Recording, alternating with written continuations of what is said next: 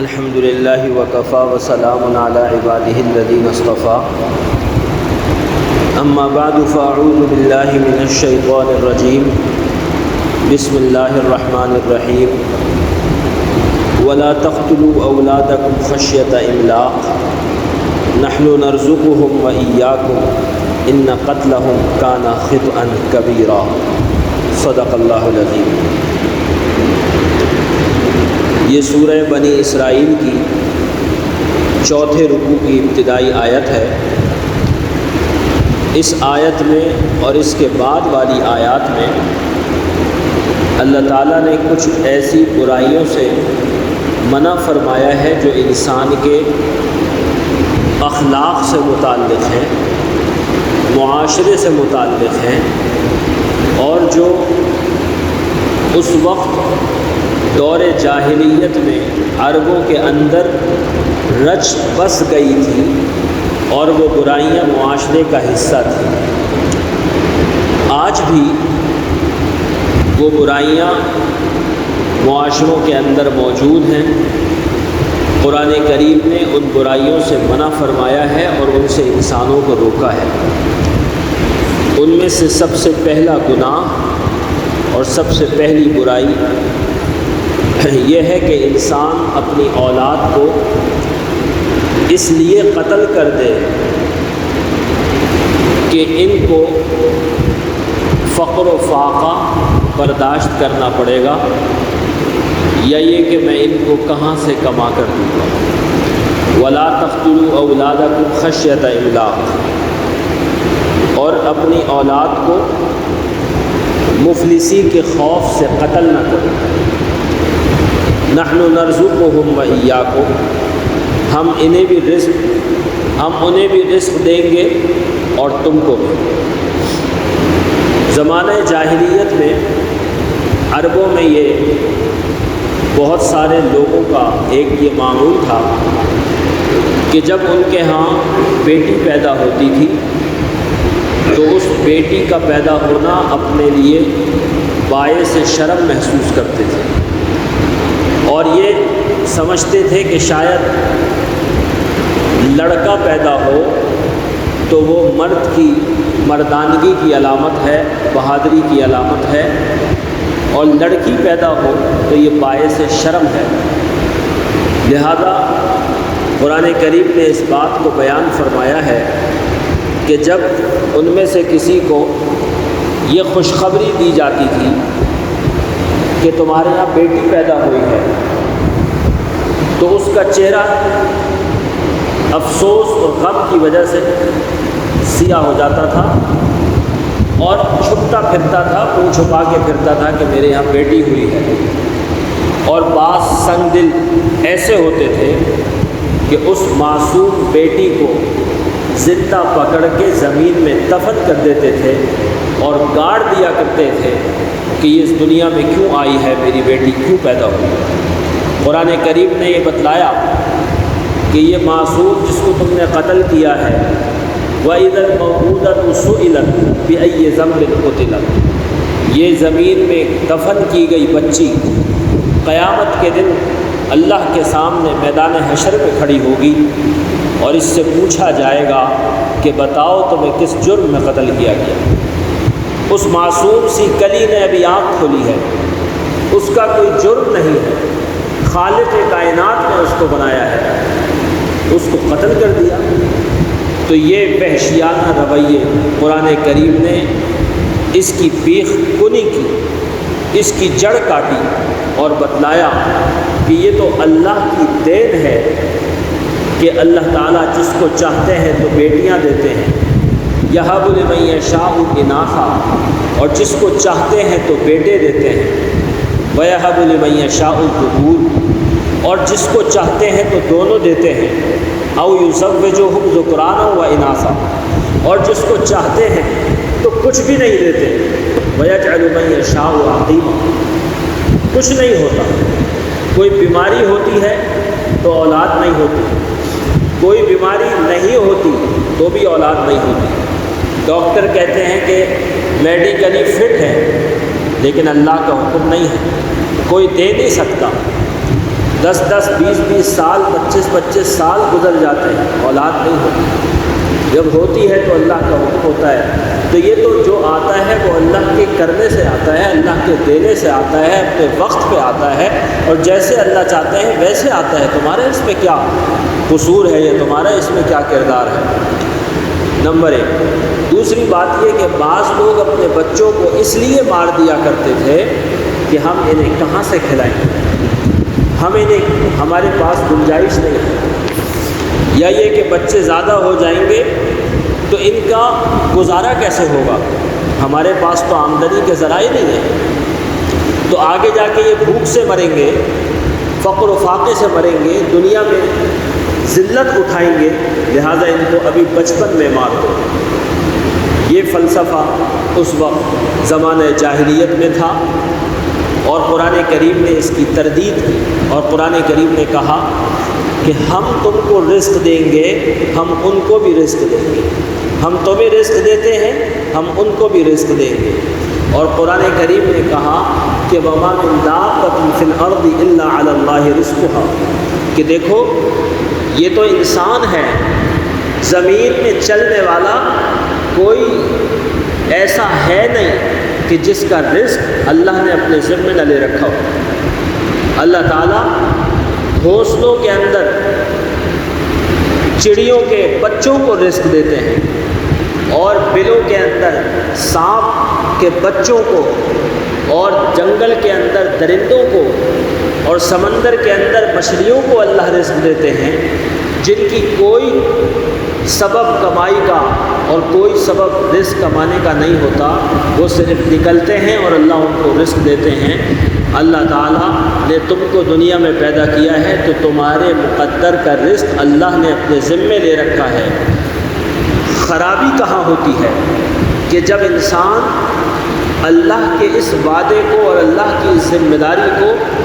اپنی ذمہ داری سمجھتا ہے، اور گویا کہ وہ یہ سمجھتا ہے کہ رزق میں نے دینا ہے، میں نے ان کی ضرورت کا انتظام کرنا ہے،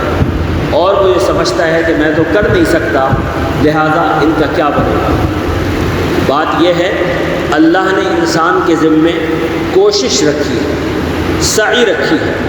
لیکن اس کوشش کے بعد ملے گا کیا یہ اللہ نے اپنے ذمے رکھا ہے۔ لہذا کسی انسان کو اس بات کا اختیار نہیں ہے کہ وہ اپنے بچوں کی زندگی کے ساتھ، حتیٰ کہ کسی کو اس بات کا اختیار بھی نہیں ہے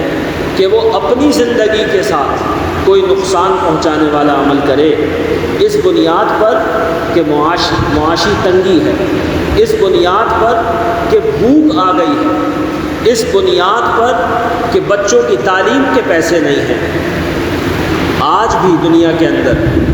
یہ شیطان نے دلوں کے اندر یہ بات بٹھائی کہ کمانا، یہ کھلانا تمہارے ذمہ ہے، لہذا تم اگر کھلا نہیں سکتے تو یہ بچے یہ اگر بھوکے ہیں تو گویا کہ تمہارے اوپر بوجھ ہے۔ انسان کو سکھلایا یہ گیا ہے کہ آپ کی ذمہ داری ہے کہ آپ محنت کریں، مشقت کریں، روزی کی حصول کی کوشش کریں، اللہ تعالیٰ جو رزق عطا فرمائے حلال طریقے سے وہ کھا لیں، اپنے بچوں کو کھلا دیں۔ اگر کم ملتا ہے تو کم کے اندر گزارا کر لو، اگر نہیں ملتا تو فاقہ کر لو، بھوک برداشت کر لو۔ نبی اکرم صلی اللہ علیہ وسلم نے بھوک برداشت کی ہے، آپ کے گھر والوں نے فاقہ برداشت کیا ہے، 2 مہینے تک اللہ کے نبی کے گھر میں چولہا نہیں جلا۔ آپ کی زوجہ مطہرہ یہ بات بتلاتی ہیں کہ ہم نے ایک چاند دیکھا، پھر دوسرا چاند دیکھا، پھر تیسرا چاند دیکھا، اور ہمارے گھر کے اندر آگ پہ کوئی چیز نہیں پکی،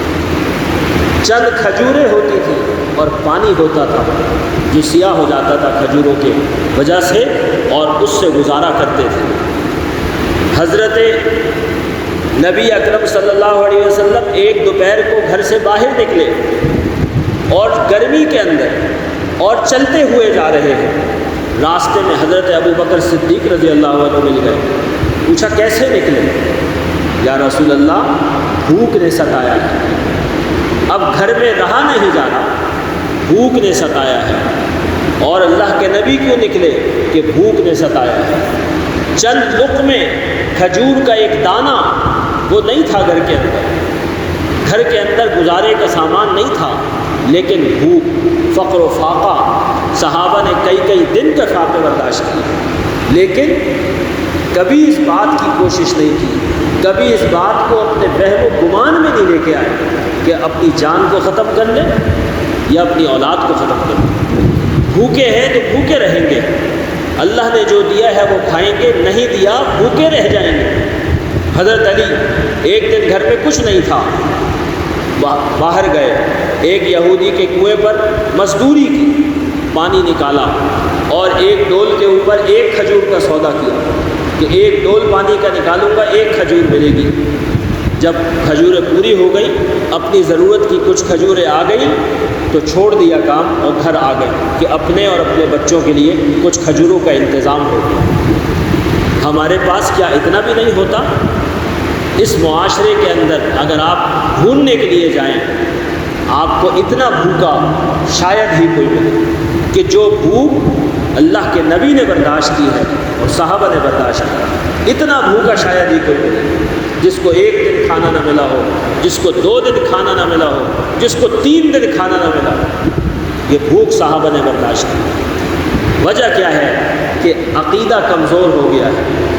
یہ بات کیوں کہ بچوں کی تعلیم کے پیسے نہیں ہیں، اسکول کے پیسے نہیں ہیں، اسکول کی فیس کا بل آ رہا ہے اور بل نہیں دے سکتے، لہذا بچوں کو لے کے چھلانگ لگا دی دریا کے۔ بچے فلاں چیز کی ضد کر رہے ہیں اور وہ خواہش پوری نہیں کی جا سکتی، لہذا بچوں کو بھی آگ میں جلا دیا اور خود بھی آگ میں جل گئے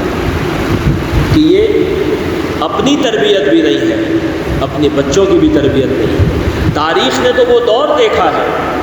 کہ اسلامی خلیفہ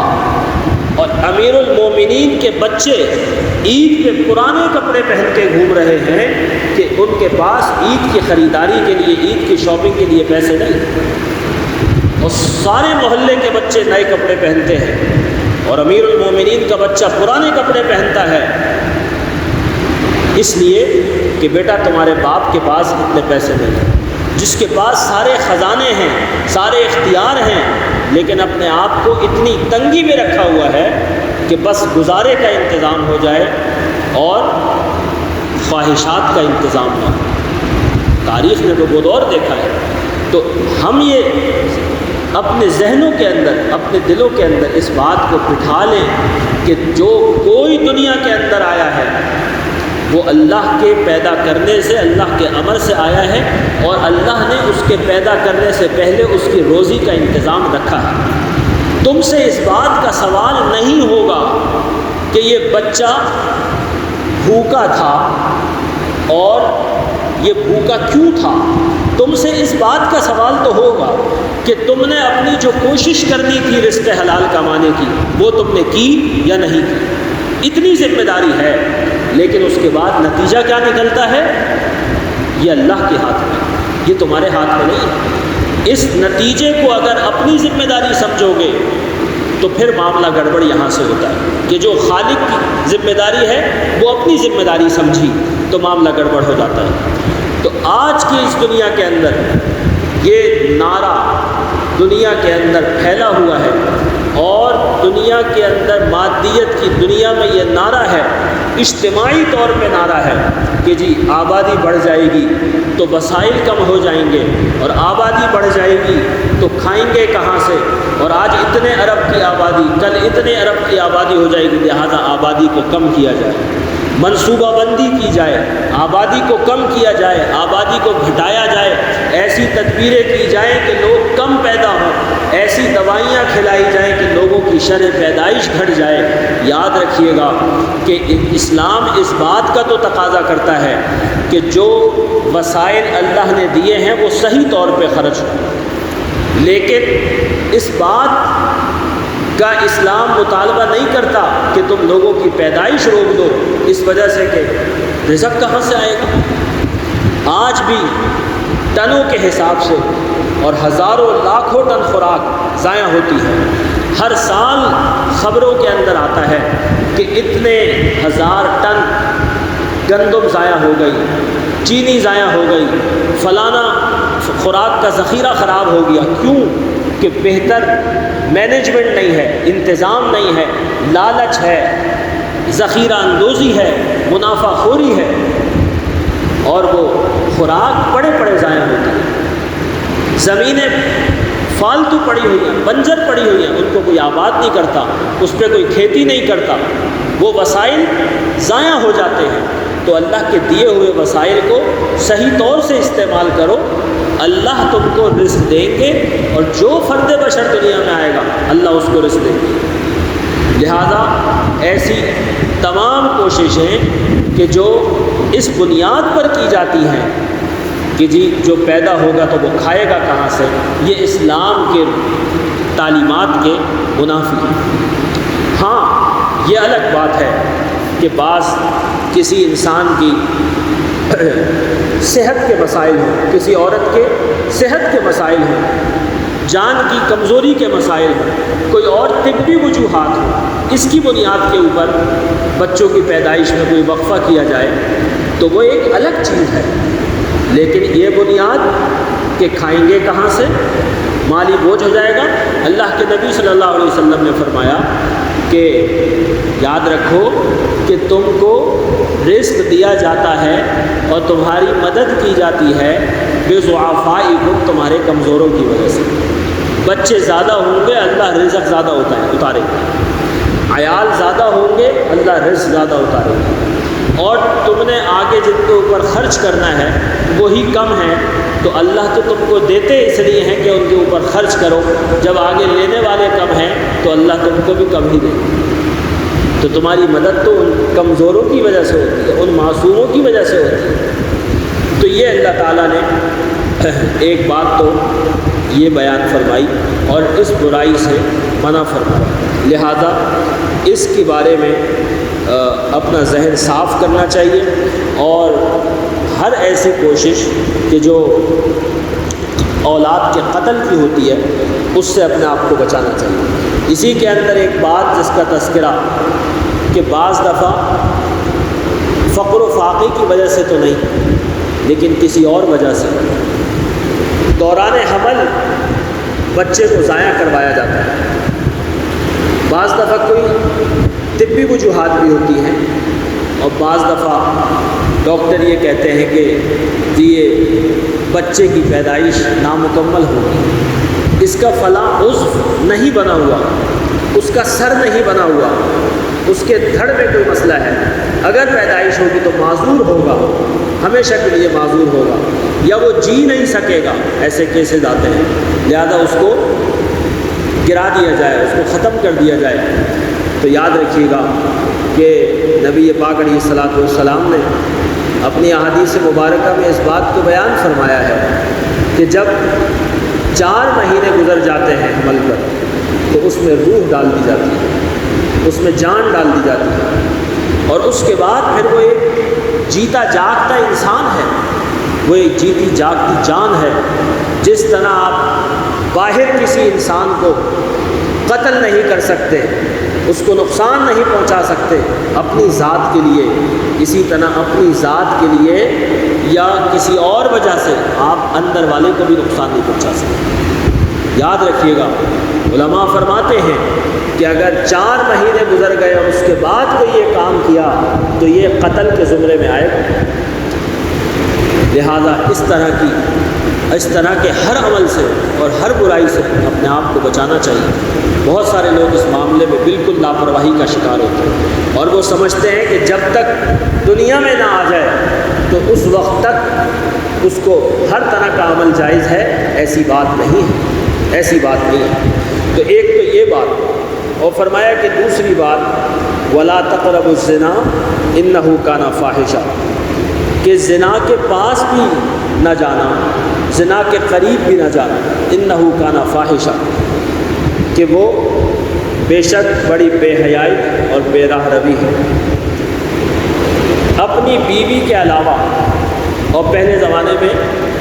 باندیاں ہوا کرتی تھیں، ان کے علاوہ جنسی تعلق کو پیدا کرنا یہ اسلام میں منع ہے اور ناجائز ہے۔ اور جیسا کہ میں نے کل عرض کیا تھا کہ اسلام خاندانی نظام کا تحفظ کرتا ہے اور فیملی سسٹم کو محفوظ رکھتا ہے۔ ہر ایسا عمل جو خاندانی نظام کو ٹھیس پہنچائے اسلام نے اس کی سختی سے ممانعت کی ہے۔ انہی برائیوں کے اندر سے ایک برائی زنا ہے کہ جب انسان کسی غیر عورت کے ساتھ اپنے جنسی تعلقات کو قائم کرتا ہے، اسلام نے اس بات کا حکم فرمایا کہ دیکھو اس آخری عمل سے پہلے کے جو عمل ہیں ان سے بھی اپنے آپ کو روکو، اس کے قریب بھی نہ جانا۔ لہذا یہ بات بیان فرمائی احادیث مبارکہ میں کہ زنا جو ہے وہ آنکھ کا بھی ہوتا ہے، کہ جب انسان لذت کے لیے اور مزہ لینے کے لیے کسی غیر عورت کو دیکھتا ہے، اور کان کا بھی زنا ہوتا ہے کہ جب اس کی آواز کو سنتا ہے، اور ہاتھ کا بھی زنا ہوتا ہے کہ جب اس کو ہاتھ لگاتا ہے۔ ان سارے چیزوں سے روکا اور اس بات کا حکم فرمایا کہ دیکھو قل للمؤمنین یغضوا من ابصارہم، اپنی آنکھوں کو نیچے کرو، اپنی نظروں کو جھکاؤ، اور عورتوں کو بھی حکم فرمایا کہ اپنی نظروں کو جھکاؤ، اس لیے کہ نظر جائے گی، اس کے بعد دل میں بات آئے گی، پھر اس کے بعد نظریں بھی پیچھا کریں گی، پھر کان بھی پیچھا کریں گے، پھر ہاتھ بھی پیچھا کریں گے، اور انسان کا پورا جسم، اور پھر آخری برائی کے درجے تک انسان پہنچ جاتا ہے۔ تو اس بات سے اپنے آپ کو روکو۔ اور یہ چیز ایسی ہے کہ پورے خاندان کے خاندان برباد کر دیتی ہے۔ کتنی جگہوں پر قتل ہو جاتے ہیں اس بنیاد کے اوپر کہ کسی مرد اور عورت نے غلط کام کیا اور اس کے بعد قتل ہو گئے، اور ایک قتل نہیں، قتلوں کا سلسلہ شروع ہو جاتا ہے، خاندانوں کے اندر لڑائیاں ہو جاتی ہیں، رشتے ٹوٹ جاتے ہیں۔ اسی لیے اسلام کے اندر اس برائی کی، زنا کی بہت سخت سزا رکھی ہے۔ اگر کوئی غیر شادی شدہ آدمی زنا کرتا ہے اور وہ ثابت ہو جاتا ہے تو اس کو 100 کوڑوں کی سزا ہے، اور اگر کوئی شادی شدہ شخص وہ زنا کرتا ہے اور وہ ثابت ہو جاتا ہے یا وہ اقرار کر لیتا ہے تو اس کی سزا سنساری ہے، یعنی پتھر مار کر اس کو ختم کر دیا جائے۔ اس لیے کہ پورے معاشرے کے اندر ایک آدمی کا اگر کیس ہو جائے اور ایک آدمی کا اگر جرم ثابت ہو کر اس پر یہ سزا نافذ کر دی جائے، پورے معاشرے میں عورتوں کی عزتیں محفوظ ہو جائیں، پورے معاشرے کے اندر بدکاری کا خاتمہ ہوگا۔ اس لیے کہ انسان کا نفس جس لذت کو اور خواہش کو چاہتا ہے، جب تک اسے ایک خوفناک سزا نظر نہیں آتی وہ اس سے رکتا نہیں۔ اللہ کا خوف تو بہت کم لوگوں میں ہوتا ہے، اپنی عزت کا، اپنی جان کا، اس کا تحفظ ہر انسان چاہتا ہے۔ تو جب وہ یہ دیکھتا ہے کہ اس کی سزا اتنی سخت ہے تو وہ اس برائی سے روکے گا۔ تو جتنی سخت برائی ہوتی ہے اتنی ہی سخت سزا بھی ہوتی ہے۔ لہذا موجودہ دور میں اس برائی کے راستے جتنی کثرت کے ساتھ کھل گئے ہیں، موبائل کے ذریعے، انٹرنیٹ کے ذریعے، فیس بک اور ویڈیوز اور چیٹنگ اور ویڈیو چیٹ، آئے دن کی خبریں ہیں، کسی کا رشتہ کسی سے ٹوٹا، کسی کا رشتہ کوئی فساد گھر کے اندر ہو گیا، کسی نے کسی کے لیے کوئی کام کر لیا، کسی نے خودکشی کر لی، کسی نے یہ کر لیا۔ یہ سارے کھلے عام زنا اور اس کے مقدمات، غیر عورتوں سے باتیں کرنا، ان کی طرف دیکھنا، ان سے ملاقاتیں کرنا، ان کے ساتھ گھومنے کے لیے جانا، یہ سب کہاں ہے؟ منع فرمایا ہے، دیکھو اس کے قریب بھی نہیں جانا، یہ بے حیائی کا کام ہے، برائی کا کام ہے۔ ان چیزوں سے اپنے آپ کو بچاؤ۔ اور کوئی نہیں دیکھ رہا تو اللہ تو دیکھ رہے ہیں، اللہ تو دیکھ رہے ہیں، اور اس سب کا حساب ہوگا۔ تو فرمایا کہ یہ ایک تو یہ، اور تیسری چیز وَلَا تَقْتُلُوا النَّفْسَ الَّتِي حَرَّمَ اللَّهُ إِلَّا بِالْحَقِّ، کہ دیکھو جس جان کو اللہ نے حرمت عطا کی ہے اسے قتل نہ کرو۔ انسانی جان کی حرمت وہ اللہ نے محفوظ رکھی ہے، اور کسی انسان کو بلا وجہ کے قتل کرنا وہ جائز نہیں ہے۔ نبی پاک علیہ الصلوۃ والسلام نے فرمایا کہ کسی مسلمان کو قتل کرنا جائز نہیں ہے سوائے اس کے 3 وجوہات بیان فرمائے۔ پہلی وجہ کیا ہے کہ وہ شادی شدہ ہو اور زنا کرے تو اس کی سزا ہے کہ اس کو سنسار کیا جائے اگر اس کا جرم ثابت ہو جائے۔ دوسری وجہ کیا ہے کہ اس نے کسی معصوم جان کو قتل کیا ہو تو بدلے کے اندر اس کو قتل کر دیا جائے، یہ قصاص ہے جو حکومت اس سے وصول کرے گی اور اس کو قتل کرے گی۔ اور تیسرے نمبر پہ کوئی آدمی مسلمان ہو اور اپنے دین سے پھر جائے اور مرتد ہو جائے نعوذ باللہ، تو وہ اس کو بھی سمجھایا جائے گا، اور اگر وہ اس کے باوجود بھی باز نہ آئے تو اس کی آخری سزا بھی قتل ہے، تو جو حکومت اس پر جاری کرے گی۔ اس کے علاوہ کسی بندہ مومن کو قتل کرنا جائز نہیں ہے، اور اللہ نے یہ اتنا سخت معاملہ رکھا ہے کہ احادیث میں آتا ہے کہ اگر 7 زمینیں اور 7 آسمان کے لوگ 7 زمینیں اور 7 آسمان کے لوگ کسی مومن کے قتل ناحق میں شریک ہوں، کسی ایمان والے کے قتل میں شریک ہو جائے، یہ ساری کائنات مل کر کسی ایک بندہ مومن کو ناحق قتل کریں، اللہ اس کے بدلے میں اس کی سزا میں ان سب کو جہنم میں ڈال دے گا۔ یہ اتنا عظیم گناہ ہے۔ ایک بندہ مومن اس کی جان کی حرمت خانہ کعبہ سے زیادہ ہے۔ یہاں بات پہ چند 100 روپے کی خاطر انسان قتل ہو جاتا ہے، ایک گالی دی انسان قتل ہو جاتا ہے، پارکنگ پہ تنازع ہوا مار دیا اگلے کو، پیسوں کے لین دین پہ، زمین کے لین دین پر، وراثت کے لین دین پر قتل کر دیا۔ اور پھر اس سے بڑا ظلم یہ ہوتا ہے کہ ایک آدمی نے کسی کو قتل کیا، اب وہ آدمی تو ہاتھ آتا نہیں ہے تو اس کے بھائی کو مار دو، اس کے رشتہ داروں کو مار دو، اس کے قبیلے کے لوگوں کو مار دو۔ یہ کہاں کا انصاف ہے؟ یہ کون سا؟ اگر 7 زمینیں 7 آسمان کے لوگ کسی ایک بندہ مومن کے قتل میں شریک ہوں، ناحق قتل میں، تو اللہ ان سب کو جہنم میں ڈال دے۔ اللہ کے نزدیک یہ اتنا بڑا گناہ ہے، لہذا قتل ناحق سے اپنے آپ کو بچاؤ۔ کسی بندے کی جان اس کو لینے سے بچاؤ کہ اس کی حرمت خانہ کعبہ سے زیادہ ہے۔ اللہ اکبر۔ تو یہ چیزیں ہیں، وقت زیادہ ہو گیا ہے، اسی پر اکتفا کرتے ہیں کہ اللہ تعالیٰ ان برائیوں سے ہم کو اور پورے معاشرے کو محفوظ رکھے، اور اللہ تعالیٰ ہر طرح کے گناہ سے ہم سب کو بچائے، کہ قرآن کریم ان گناہوں سے محفوظ رہنے کی تلقین اور تاکید کرتا ہے۔ اگر قرآن کریم پہ عمل ہو جائے تو یہ سارا معاشرہ امن کا گہوارہ بنتا ہے۔ اللہ تعالیٰ ہمیں عمل کی توفیق عطا فرمائے۔ اللہم لک الحمد و لک الشکر۔